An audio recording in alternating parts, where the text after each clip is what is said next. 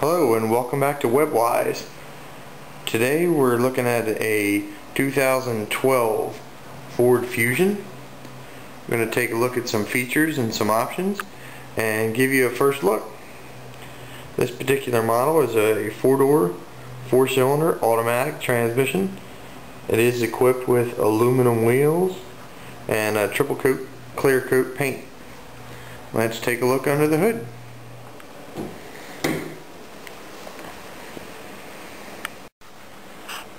Alright, what we have is a 2.5 liter 4-cylinder. It's a common rail fuel injection, much like most engines, newer design. It is coil packs. For those that aren't familiar, each of these is an individual coil, one for each cylinder. There are no spark plug wires. The coil fits directly down on the spark plug. It eliminates all the spark plug wires, the distributor cap, rotor, for those that remember that sort of thing. A couple things of interest under the hood. Anything that the driver or anybody that's going to maintain the vehicle should be aware of. They're labeled, at least in this manufacturer, in yellow. Now, there is information on the radiator cap, proper procedures. You don't want to remove this when it's hot. Washer solvent. Anybody that's driving on any roads with any salt should know where the washer solvent goes. You're going to need some. Engine oil. Most cars today don't typically leak a lot of oil, but it is good to check. Same thing, here's your oil fill cap. If you change your own oil, obviously you're going to need to know where to put the oil back in. This particular car uses 5W20. You want to stick with that. The engineers have spent a lot of time and money determining what oil should be best for that engine to improve fuel economy and for the overall life of the engine. Here's your transmission dipstick and dipstick tube. This transmission uses Mercon LV.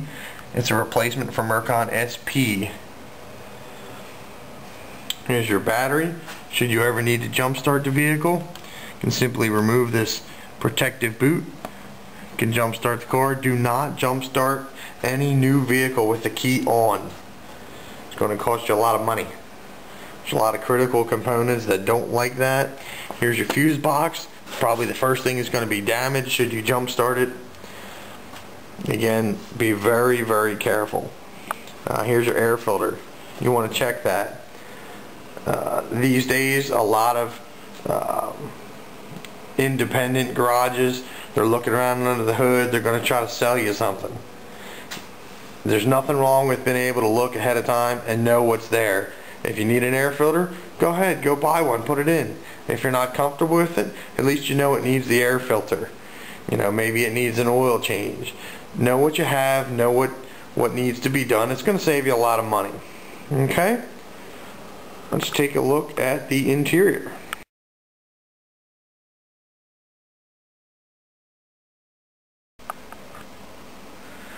Alright, we'll start in the back and work our way forward. As you can see, or maybe you can't see, there's plenty of room in the back. I'm average height, and I can sit in the back seat and still have room between my knees and the front seat, with the front seat all the way to the rear. So it's not a huge car, but there's a considerable amount of room. So you can see there's a car seat strapped in. There are seat belt tethers on the rear package shelf. There's a pull down center armrest if you were to have two adults in the back. You can fold that up and put a third person in. It does come with floor mats and this gray interior. There's a lot of features that come standard with this car. Sunroof came with it. There's pretty ample storage everywhere. The back of the seats have areas where you can put maps and papers in and stuff. Let's take a look at the front. And here we are in the front. As you can see, there's spacious cup holders.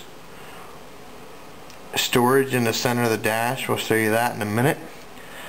As we look around, there's pockets in the bottom of the doors. You can put multitudes of things in there. Wallet, extra keys, cups, any kind of mug, coffee cup, that sort of thing. bucket seats in the front, fixed center console, fold up center. Here's that center storage, pretty spacious. You can put your GPS in there when not in use. Again, if you still happen to use a map, you could put that in there, papers, documents, whatnot. Here's what they call a center stack. All of your controls for the vehicle are here. Easy to read. There's a lot there. It takes a little bit to get used to, but everything's easy to read. Everything feels solid. I'm sure everything is made of plastic, but it doesn't feel like it's going to fall apart. Everything is easy. Sometimes you get in cars these days, feels like knob's going to fall off. And this doesn't feel that way at all. It does feel quite nice. This car is equipped with sync, which for those of you that don't know, it's an interactive system between the driver and all of the center controls. For example, your radio, it'll answer your phone for you. You can also make calls utilizing the steering wheel controls. For those that don't have steering wheel controls, it's an option to look for. It's very convenient. You can adjust your volume, radio controls, as well as your cruise control and any kind of media that you would have. You can actually take a zip drive, install it in the car, leave it in there, and have 5,000 songs that you could play driving down the road. It sort of makes the CDs a bit obsolete. Alright, let's start it up. First thing you'll notice is the instruments. Very easy to read, very organized, very nice stereo. Car is very quiet. This car has 1,100 miles on it in our tests so far. You can see you have a very well organized display of the radio station information, the singer, name of the song. Now we're listening to Desperado, quality song. And let's look at our information center there. I'm not sure if you can read that. It reads 30.4 miles per gallon. Not too bad. We haven't taken it on the highway yet. I'm sure it would do low to mid 30s on the highway. Let's see if we have anything else of note.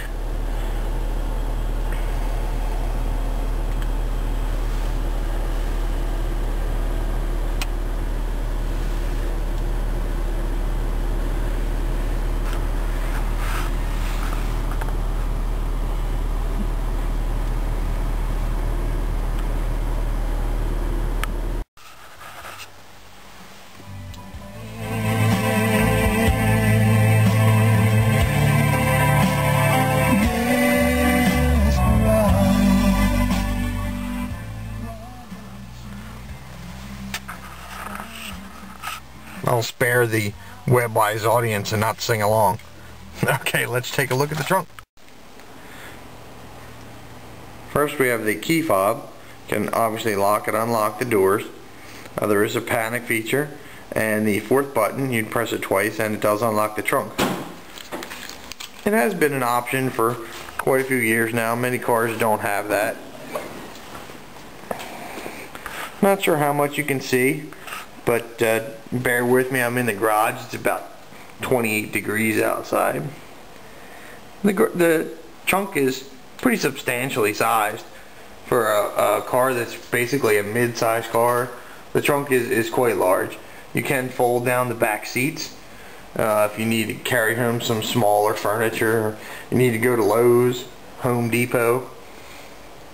It's quite well usable.